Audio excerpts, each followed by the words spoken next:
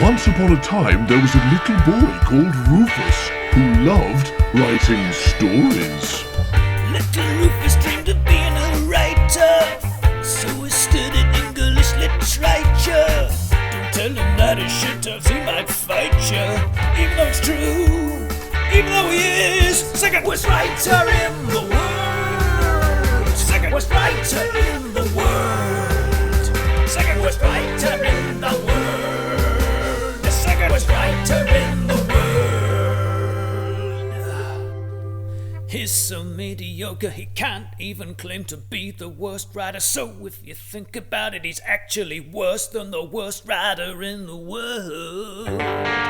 Welcome to another episode of The Worst Writer in the World. And finally, we're going to see what really bad writing is like, right? Is that, Yeah, is that how true. this one works? That is true. Because last week we came to the end of young child Howard's mole story. Right? And not an end with a big bang like it was promised. That's true, yeah. Very much a whimper. Because young Howard gave up, as he did with so many things. Oh, it doesn't mean right. With a few things I gave up. No, I mean, that you were so prolific that you couldn't be expected to finish things. But, as with many of your stories, we have decided, older Howard and older Rufus have decided to finish it for young Howard. Right? Yeah. I'm not older than young Howard, though. I'm Yeah. actually younger than him. No, that doesn't make I've any been sense. going backward. It's meaningless. I've got a picture in my attic. And Wrong story. Benjamin Button. You're referring to Benjamin Button. okay, I've got Benjamin Button in my attic, right? That's correct. Yeah. And he's like, let me out, let He's me getting out. older And and I'm not. I'm like, no, stay in my attic. That's where you lives now, Mr. Button. Yeah. Yeah. So we decided to finish this story, and we planned the final 3 chapters. Right? Wow. But we only planned them very, in not much detail. We basically decided which one thing should happen in each chapter, and also whose perspective it should be from. Right. And so I'm going first with the next chapter. Okay, and, All right. and then I'm going to hear it, and then I'm going to write the next bit. You're going to hear this, and then you're going to write the next bit. Yes. Right. And because I'm writing this chapter, I also wrote the plot so far. Oh.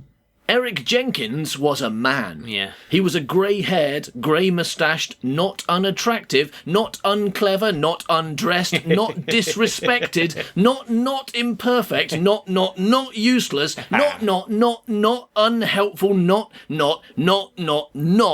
dead man. Brilliant. He was also a man who loved movies about humanoid mole people. Or rather, he wasn't a man who didn't love movies about humanoid mole people. Brilliant. But the thing he loved most about them was that they were not real.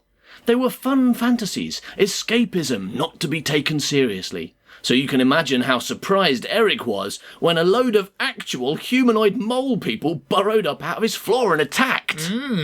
He ran straight to the local police station, where his friend, PC John Wilkinson, immediately put him in jail for some reason. Then, PC Wilkinson went outside and got eaten to death by moles. Right. That happened, right? That happened. Then PC Wilkinson went outside and got eaten to death by moles, so maybe he should have listened to Erick Jenkins instead of oppressing him. You see, what had happened was this. The mole people had been living happily underground for many generations, until they found a discarded bag of humbugs, and were so impressed with their tastiness, they immediately invented science so they could reproduce them. They made enough for all the humanoid mole people, and only then did they realise that the humbugs had a side effect, that they sent mole people mad and dead. Luckily for the mole people, it turns out that there is an afterlife, and all that heaven and hell guff is real. Hooray! So they were given a choice. Go to hell. Go directly to hell. Do collect £200, but then lose it all in a casino. Or they could apply to heaven, as long as they haven't perpetrated any genocides recently. Or, and this was the one most mole people opted for, they could be resurrected, brought back to life exactly as they were when they died, but evil. Although Satan didn't tell them that bit, the bounder. So they got resurrected, and then they immediately attacked Eric's house because... and then And then Eric went for help, at which point he was locked in a cell. That's basically the whole story. And the last time we saw Eric, he was in that cell, and someone or something was walking towards him.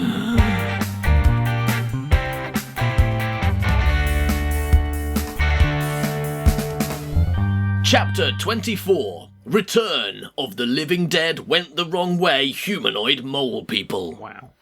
All stand for the Right Honourable Judge Nigel, Supreme Guardian of Morality and Order in this new world state of humans who haven't been murdered by moles. In the courtroom, everyone stood as Judge Nigel entered and walked over to the bench. "Hey, dudes and dudesses," he said groovily. "It's great to be here, back in the old neighbourhood, just opposite the school I went to all those years ago. And it's great to be a judge. I always knew I'd be good at it because my dad was a judge, and I studied judging at Harvard University in Oxford. And one time, I met Judge Judy, and she said I'd make a great judge because I had the right kind of judgy face, yeah."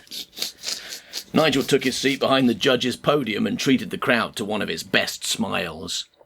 "I've got a really cool car as well," he said, "and my stereo has specially fitted speakers that are louder than the engine of a jet aeroplane. And I can control my garage door from an app on my phone. Look!" Judge Nigel took his super trendy mobile phone from the pocket of his sick jeans, swiped it on and jabbed his thumb at it several times. "My garage door is open now," he said, "but my garage is 3 miles away. Someone's probably stealing my car as we speak. How cool is that?" The congregation mumbled that it was indeed hella cool, and that Judge Nigel was also hella cool, because his garage was open. "This court has been convened for the trial of the wicked traitor, Erick Jenkins, and his co-conspirator, Matilda, who is also wicked. And when I say wicked, I don't mean good. I don't mean like when I say, 'Hey man, that's a wicked tune,' or 'Hey everybody, watch me do a wicked double flip on my skateboard.' No way, compadre. I mean wicked as in evil. Max level malevolent, full on fiendish. How do you two villains plead?" "I don't even know what I've done," said Eric. "Hey dude, ignorance is no excuse." "I mean, why did you bring me here? A bunch of men came and took me out of my cell, then brought me straight to this courtroom. I don't know what you think I did, but I didn't do it.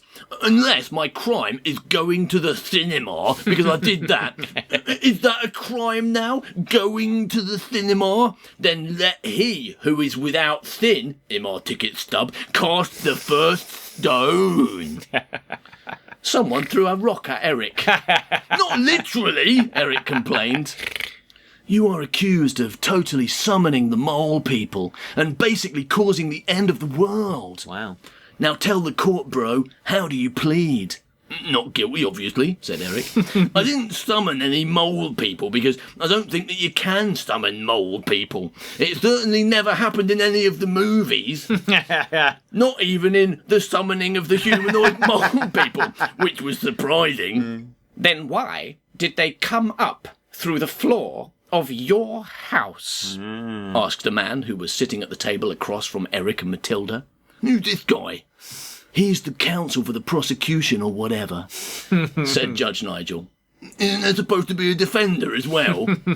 "There was, but we scheduled his trial for before yours, and he was found guilty and hanged."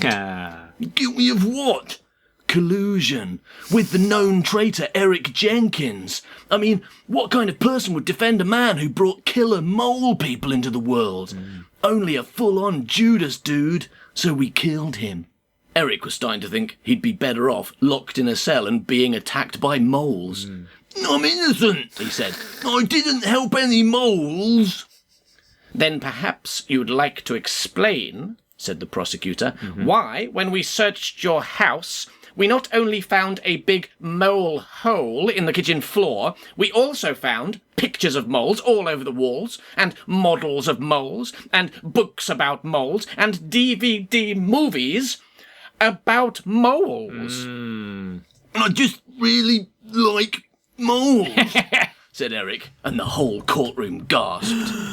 I mean, I didn't know they were real. I don't like real mole people. I like the movies about moles. They were fun, you know. I wanted to enjoy myself with moles. Your Honour, the prosecution rests. What? He seems pretty guilty, all right, Judge Nigel said to the prosecutor. All that stuff about liking moles. Talk about a smoking gun. Yeah. That's not what smoking gun means. Shall we hang him now? Said the prosecutor. No, hang on. Judge Nigel considered Eric, stroking his chin in a particularly laid-back and cool manner. Hold your donkeys, dude. We'd better do the woman's trial first. Then we can hang them together, said Judge Nigel.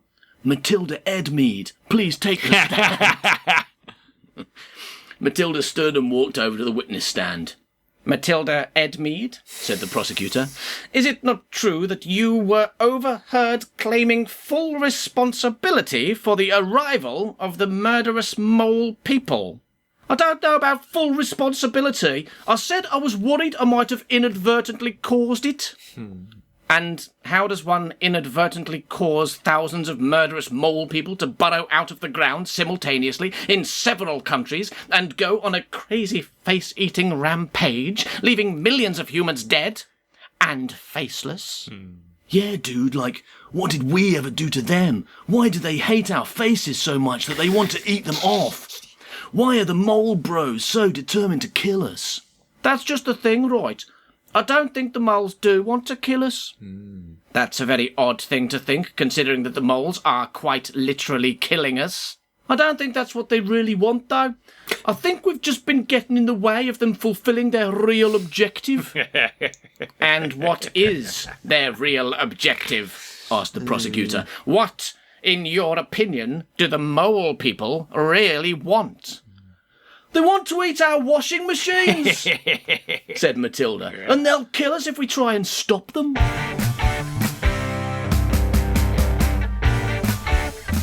Some time later, once the noise had died down and the people in the courtroom had stopped laughing and yelling, Judge Nigel called for order. Okay, guys and dolls, let's put the lid back on this bottle of fun cola. And calm down, okay? Mr. Prosecution Bro, do you have any further questions? Yes, many, said the prosecutor. Firstly, why do you think the moles want to eat our washing machines? Because one ate my washing machine, said Matilda. I was hiding behind the fridge and I saw the whole thing, and when it had finished, it looked straight at me with its red eyes and said, and I'll try and get the voice right, it said, "Have you got a tumble dryer for dessert?" I was too scared to speak, so I just shook my head. I thought it was going to eat my face, but it didn't. It didn't eat my face. It went next door and ate their washing machine instead. And their faces. I think they must have got in its way, you know. Actually, now you mention it, said Erick Jenkins, when I went back into my house and it was full of moles, my washing machine wasn't there either. I didn't think much about it at the time because I was busy being really terrified and running away faster than parked cars. But my washing machine definitely wasn't there. I know because when I opened my door and knocked my wife's decapitated head into the broom cupboard, well, it shouldn't have been able to roll into the broom cupboard because the washing machine should have been in the way. Eric nodded and grunted to himself, pleased to have had something helpful to add for once in his stupid life. Did you say you knocked your wife's decapitated head into the broom cupboard? Asked the prosecutor. Yeah, but I think it's best if I don't think too hard about that for the moment. I'm dealing with an awful lot as it is. A realisation like that could tip me over the edge. And it's not just my house and his house, it's everyone's house. If you investigate the houses in this town, you won't find one with a washing machine in it. They've all been eaten. By moles. By moles, yes. They're humanoid mole people, actually, said Eric. They're not actual moles. I mean, they own drills for a start. Which, by the way, proves that they're not primitive. But they also don't know what fridges are, so they're not civilised. Eric nodded to himself as if what he was saying made perfect sense. Moles don't own drills because they're nature's drill. Could we please get back to the point? The prosecutor interrupted. I believe, Matilda, that you were going to confess how you are responsible for these mole people attacking and eating face. No, I said I might have inadvertently caused it. How? Well, said Matilda, it all started with a bag of humbugs. It was about a week ago when I went into a shop to buy some humbugs to take to work. You know, just like any normal person might do. Buy a bag of humbugs and give them to my colleagues and definitely not shove them up any part of me first. So I went into this shop and I asked for a bag of humbugs and the man there said they only sold them in bags of 1,000,000. Well, I thought that number was a bit high, you know, because why would anyone need 1,000,000 humbugs? And besides, when am I going to find time to stick that many up my bum and then wrap them up again and replace them in the bag before giving them to my colleagues? Not that I was planning to do that, you understand, but just, you know, theoretically, if I was planning to do that, which I wasn't, I'd be up all bleeding night, wouldn't I? So I asked the shopkeeper if he wouldn't mind coming down on the number a bit, you know. Instead of 1,000,000 humbugs, I suggested maybe 10, but he said no, it's 1,000,000 or nothing. But on the bright side, it was only £6.50, which is a pretty good price for a bag with 1,000,000 humbugs in it, even if I did end up throwing them away. Well, no one wanted them, you see, and I wasn't about to eat them myself, not 1,000,000 of them, and not after they'd all been up my backside, you know. Matilda paused to take a breath. Everyone in the courtroom was staring at her as if she'd just admitted to ramming 1,000,000 humbugs up her arse. She decided to ignore them and carry on. Anyway, while the shopkeeper was heaving this massive great bag of humbugs over the counter to me, I noticed he was mumbling something to himself. I didn't pay much attention at the time. I just thought he was a weird old red man with wings and horns, like you get in old-fashioned sweet shops, you know. But now I'm starting to think it might have been pertinent to our predicament after all. What did he say? Said Judge Nigel. He said, and I'll try and get his voice right for you.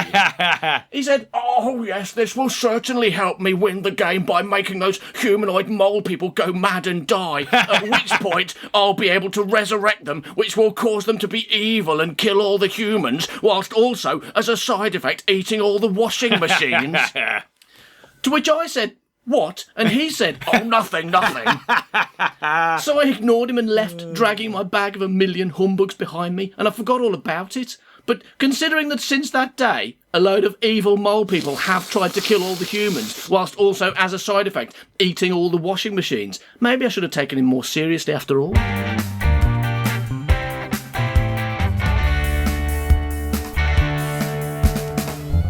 Order in the court, bros and cis bros, said Judge Nigel, and the noise died down to a murmur. I think we can all agree that these two crims totally suck. Like, they're really bringing me down, dude.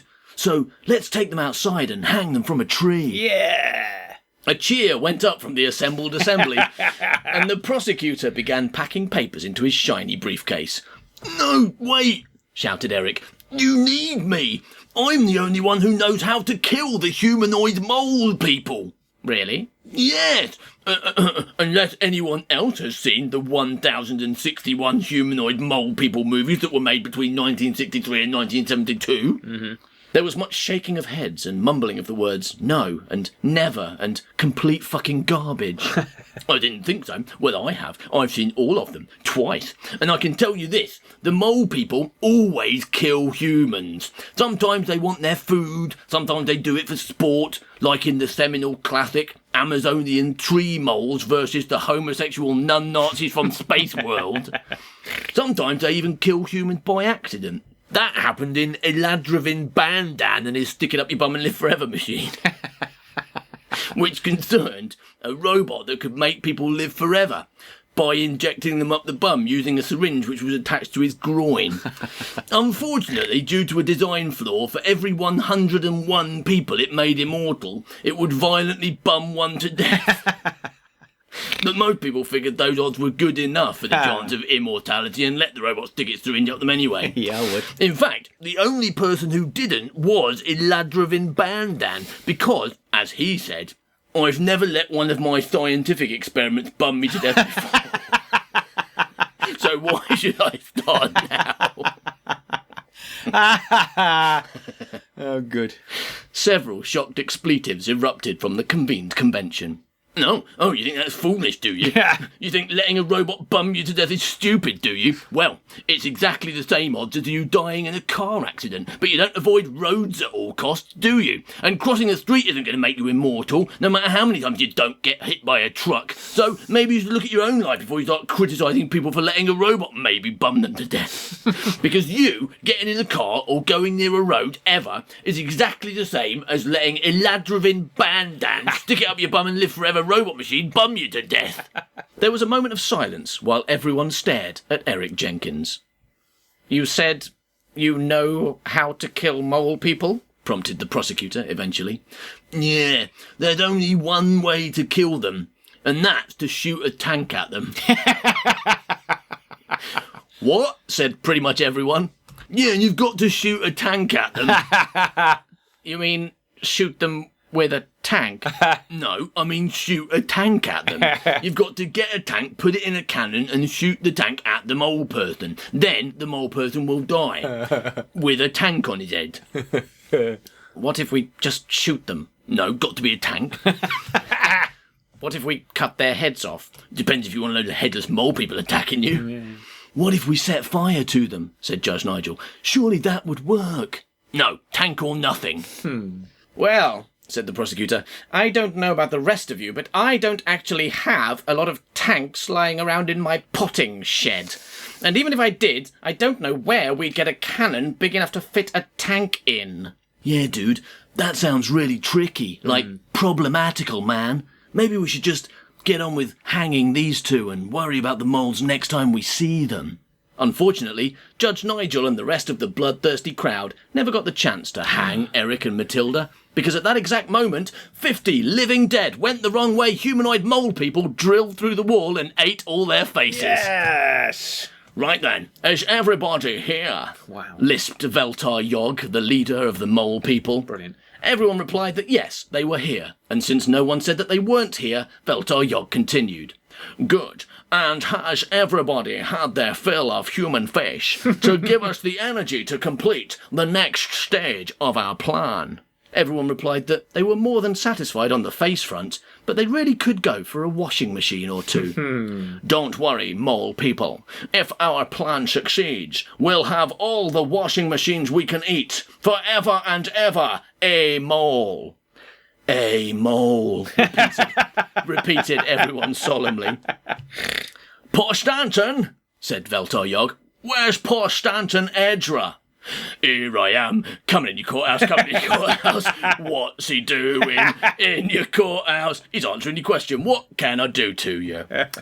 Are you quite certain that this is the right spot? Very certain, your leaderfulness. I did the sums, I calculated the hypotenuse, and this is definitely the right place. Okay, mole people, drills at the ready. Every one of the humanoid mole people grabbed their long-handled tool with a sharp flat end and held it aloft.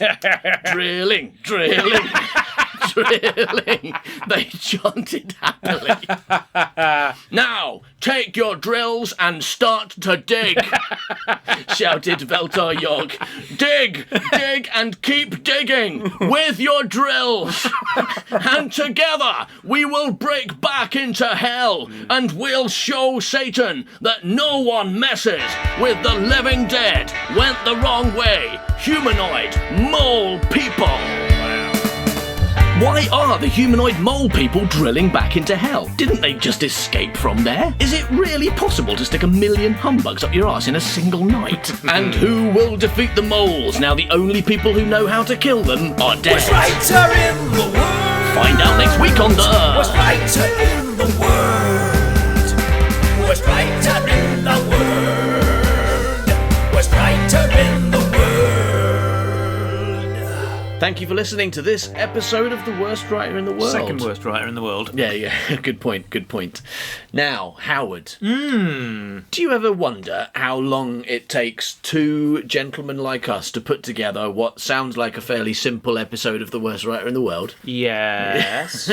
Because, like, maybe people will go, oh, they probably record it for half an hour and then upload it and it's all done. But it's a little bit more difficult than that, right? Is it? Like, as in, actually, for every half an hour that you hear, we actually record probably up to 4 hours and then edit the heck out of it, because editing takes time, like probably about twice as long as the time. It's probably 6 to 8 hours of editing for an episode. And there's all the reading the plot so fars and editing that as well. So there's a single episode of Worst Writer in the World does involve quite a lot of time. A lot of time, and it takes a heavy toll on our brains as well, all the alcohol that used to punish it. Yeah, that we've got to help us to get through these wonderful stories by Howard. And let's not forget all the hours that young Howard put in to write this stuff as well. True. I mean, that's got to be a lot of time, right? Yeah, he spent at least a minute a day, maybe. So if you'd like to help us continue putting this amount of time and effort into this show so that you can keep listening and enjoying it, why not join our secret gang for as little as $2 a month? And that will just help us to carry on, won't it? It will, because we've got some other things we need to do. Like, I've got to fix the fence. But if you can give me some money... Could you give me some fence money, please? For someone else to fix the fence, then I can just get on with writing some stories in the past when I'm 12. Yeah. And the fence man said it will cost $2 a month. Yes. To fix the fence. Yeah. But I think it's quite reasonable. From as many people as possible. Oh, yeah, then it becomes really expensive. But, of course, not only will you support us and help us to continue making this show, you will also get all the other stuff that we make exclusively for the gang. Yeah. All the extended episodes and the pages for $2, all the exclusive secret gang podcasts and Gret Binchleaf stories at $7 and $12. And if you're insane, you can join the top tier and we'll write you a story with you in. Wow. And you also get like 3 years of back catalogue. It's actually really worth doing that. It's amazing. Bat catalogue? Is that Bruce Wayne's bat catalogue? That's just what Bruce Wayne calls any catalogue. I mean, that's if you are supporting, giving us $2 to get all that brilliant stuff and to support this show, you're also supporting 2 other shows, right? Yeah. Man by Cow podcast. Man by Cow podcast. And Gret Binchleaf. Gret Binchleaf podcast, of course, which is a show in which we take turns writing a brilliant story. Kind of like we're doing on this one, just very briefly. This is like a taster of what Gret Binchleaf is like. So if you've enjoyed this episode, and if you continue to enjoy the next couple of episodes, you will definitely like Gret Binchleaf.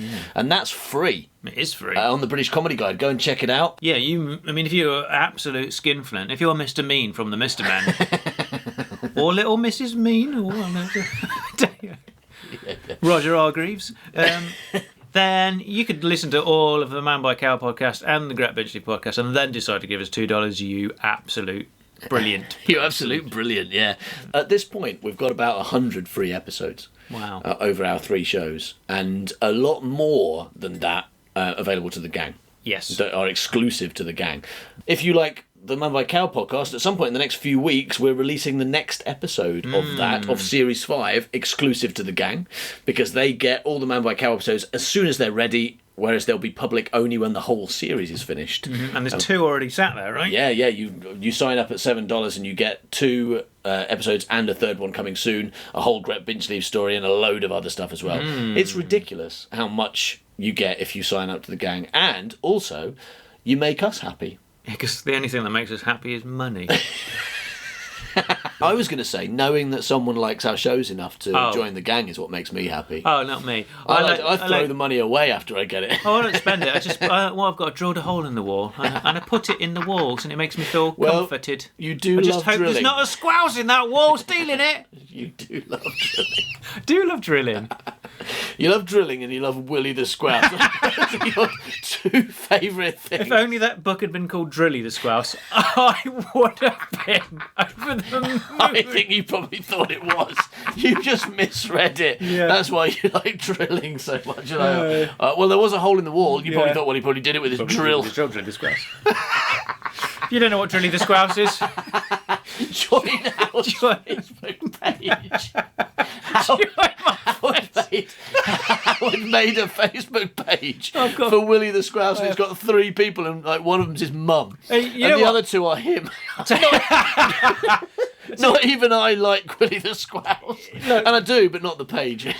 In one way, I'm disappointed that Willie the Squouse doesn't have a lot of fans on its Facebook page, but at the same time, it makes me feel happy to know that we are more popular than one of the greatest books one of the ever. greatest books ever. Yeah. Okay, so thanks for listening, everybody. We hope to welcome you into our lovely secret gang very soon. Bye-bye. Really the Squouse you later. He's a stupid, suck-ass, rubbish writer. Yeah.